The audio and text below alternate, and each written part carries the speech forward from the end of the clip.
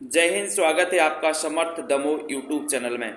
तो आज हम पढ़ने वाले हैं सही जोड़ियां, कक्षा 12वीं हिंदी में। इसके पहले हमने विकल्प पढ़े, खालिस्तान पढ़े।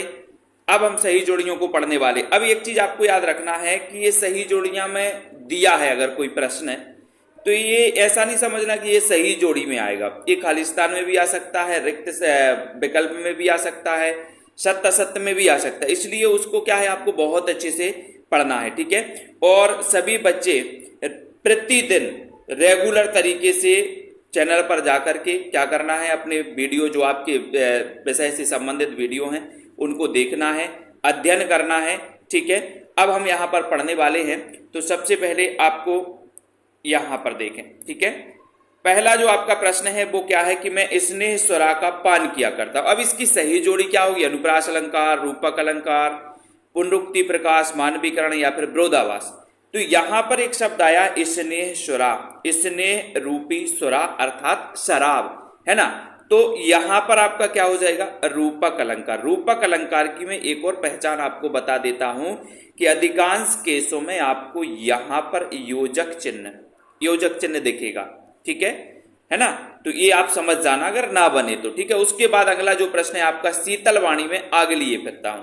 तो शीतल वाणी में आग, अब एक जगह तो आप बोल रहे हैं शीतल वाणी, और शीतल वाणी मतलब मधुर वाणी, बहुत अच्छी वाणी है, और उसमें भी क्या बोल रहे हैं? आग। तो यहां पर इसको पढ़ने से हमें एक विरोध का आभास होता है, और जहां पर भी वास्तविक विरोध ना होते हुए विरोध का आभास हो, है ना, वहां कौन सा अलंकार हो जाता है? विरोधाभास। तो इसका सही होगा ए वाला, डी वाला, ठीक है।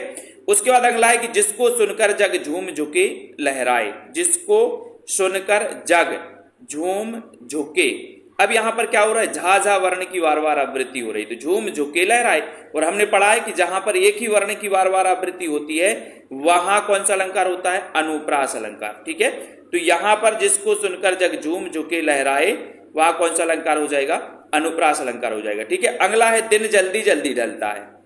तो अपन ने पढ़ा था कि सर अगर एक ही शब्द जो है बार बार उसकी आवृत्ति हो रही है और उसका अर्थ सेम है, काव्य सौंदर्य के लिए प्रयोग किया गया है, तो वहां पर कौन सा अलंकार होता है? पुनरुक्ति प्रकाश अलंकार, ठीक है।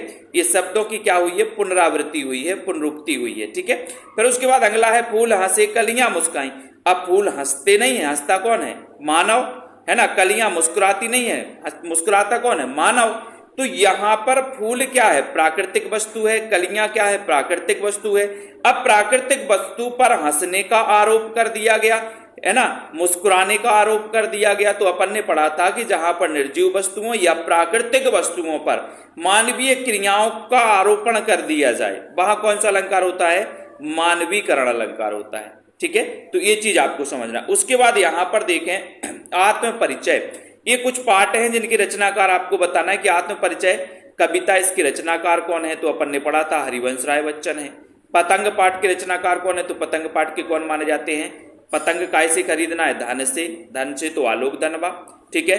कविता के बहाने इस पाठ के रचनाकार कौन है? कुंवर नारायण। कुंवर नारायण याद रख लेना, बोले कविता सुनने के बहाने कुंवर आ जाते हैं। कैमरे में बंद अपाहिज, अगर कैमरे में बंद हो गया है अपाहिज तो सहाय कौन करेगा? बोले सर रघुवीर सहाय करेंगे, रघुवीर सहाय, ठीक है। श्रृंगार काल किसे कहा जाता है? तो श्रृंगार काल कहा जाता है रीति काल को। अब क्वेश्चन बनता है ये कि रीति काल को श्रृंगार काल क्यों कहा जाता है? तो अपन ने पढ़ा था कि सर रीति काल में श्रृंगार प्रधान रचनाएं लिखी गई। क्या लिखी गई? श्रृंगार प्रधान रचना, श्रृंगार रस प्रधान रचनाएं लिखी गई, इसलिए रीति काल को श्रृंगार काल कहा था। और ये कहा था आचार्य विश्वनाथ ने, जिन्होंने रीति काल को 3 काव्य धाराओं में बांटा था: रीतिबद्ध काव्य धारा, रीति सिद्ध काव्य धारा और रीति मुक्त काव्य धारा। ये भी आपको याद रखना, ठीक है। अगला जो अपना प्रश्न है, जो जोड़ी है, वो है बादल राग। तो बादल राग की रचनाकार कौन है? सूर्यकांत त्रिपाठी, निराला। अपन ने पढ़ा था कि सर बादल का राग कैसा होता है? निराला होता है, निराला, ठीक है। फिर आता है मधुशाला। तो मधुशाला किसकी रचना है? मधुशाला, मधुबाला, मधु कलश, निशा निमंत्रण, ये सभी हरिवंश राय बच्चन की रचनाएं हैं, ठीक है। फिर कवितावली। तो कवितावली का अपन नीचे देखते हैं। अपन ने पढ़ा था कि सर कवितावली किसकी रचना है? तुलसीदास की रचना है। कवितावली किसकी रचना है? तुलसीदास की रचना है। तो ये कवितावली हो गया, ऊपर के पूरे हो गए। फिर आता है रुबाइयां। तो मैंने आपको बताया रुबाइयां कब आ जाती हैं? अपन कहते ना रुआई आ गई, रुबाइयां आ गई, बोले सर रुबाइयाँ आ जाती हैं जब फिराक नहीं दिलाते, जैसे छोटा बच्चा है बच्ची है उसको अगर हमने फिराक, उसके पापा ने फिराक नहीं दिलाई तो उसको रुबाइयाँ आ जाती हैं। तो रुबाइयाँ पाठ के रचनाकार फिराक गोरखपुरी। ठीक है।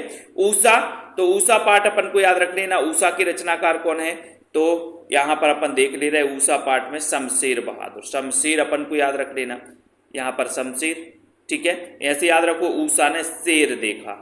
किसने शेर देखा? ऊषा ने। तो ऊषा पाठ के रचनाकार शमशेर बहादुर। अब हिंदी साहित्य का स्वर्ण काल किसे कहा जाता है? तो हिंदी साहित्य का जो स्वर्ण युग कहा जाता है वो भक्ति काल को कहा जाता है। भक्ति काल को अपन को याद रख लेना।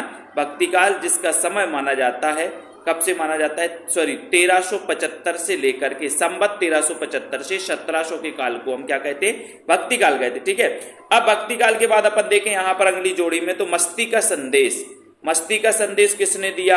आपको पता होनी चाहिए सर, मस्ती का संदेश दिया किसने? हरिवंश राय बच्चन ने। ठीक है। दिन का पंथी क्या चलता है?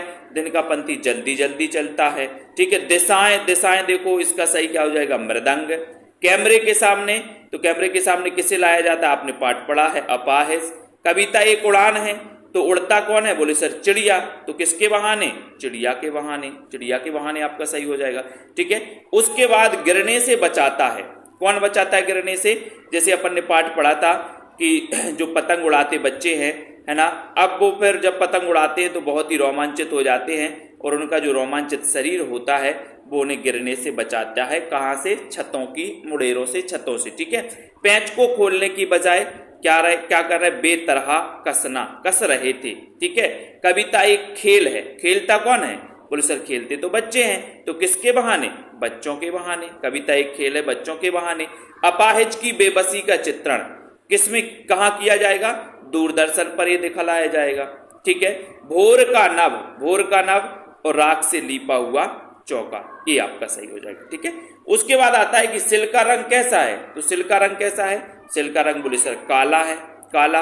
विप्लव रव से छोटे ही शोभा पाते हैं। विप्लव रव मतलब होता है क्रांति। क्या होती है? क्रांति, है ना। तो इससे छोटे ही शोभा पाते हैं, यानी कि धनिक वर्ग जो होते हैं वो क्या हो जाते हैं? घबरा जाते हैं और उनको क्या होती है? हानि होती है। अगर कहीं क्रांति होती है तो छोटे ही शोभा पाते, यानी कि छोटे लोगों को क्या मिलता है? लाभ मिलता है इसका। ठीक है। उसके बाद 10 कंधर यानी कि 10 सिरों वाला। तो 10 सिरों वाला कौन था? रावण। रावण। नीड़, नीड़ आपने पढ़ा होगा, नीड़ का मतलब घोंसला।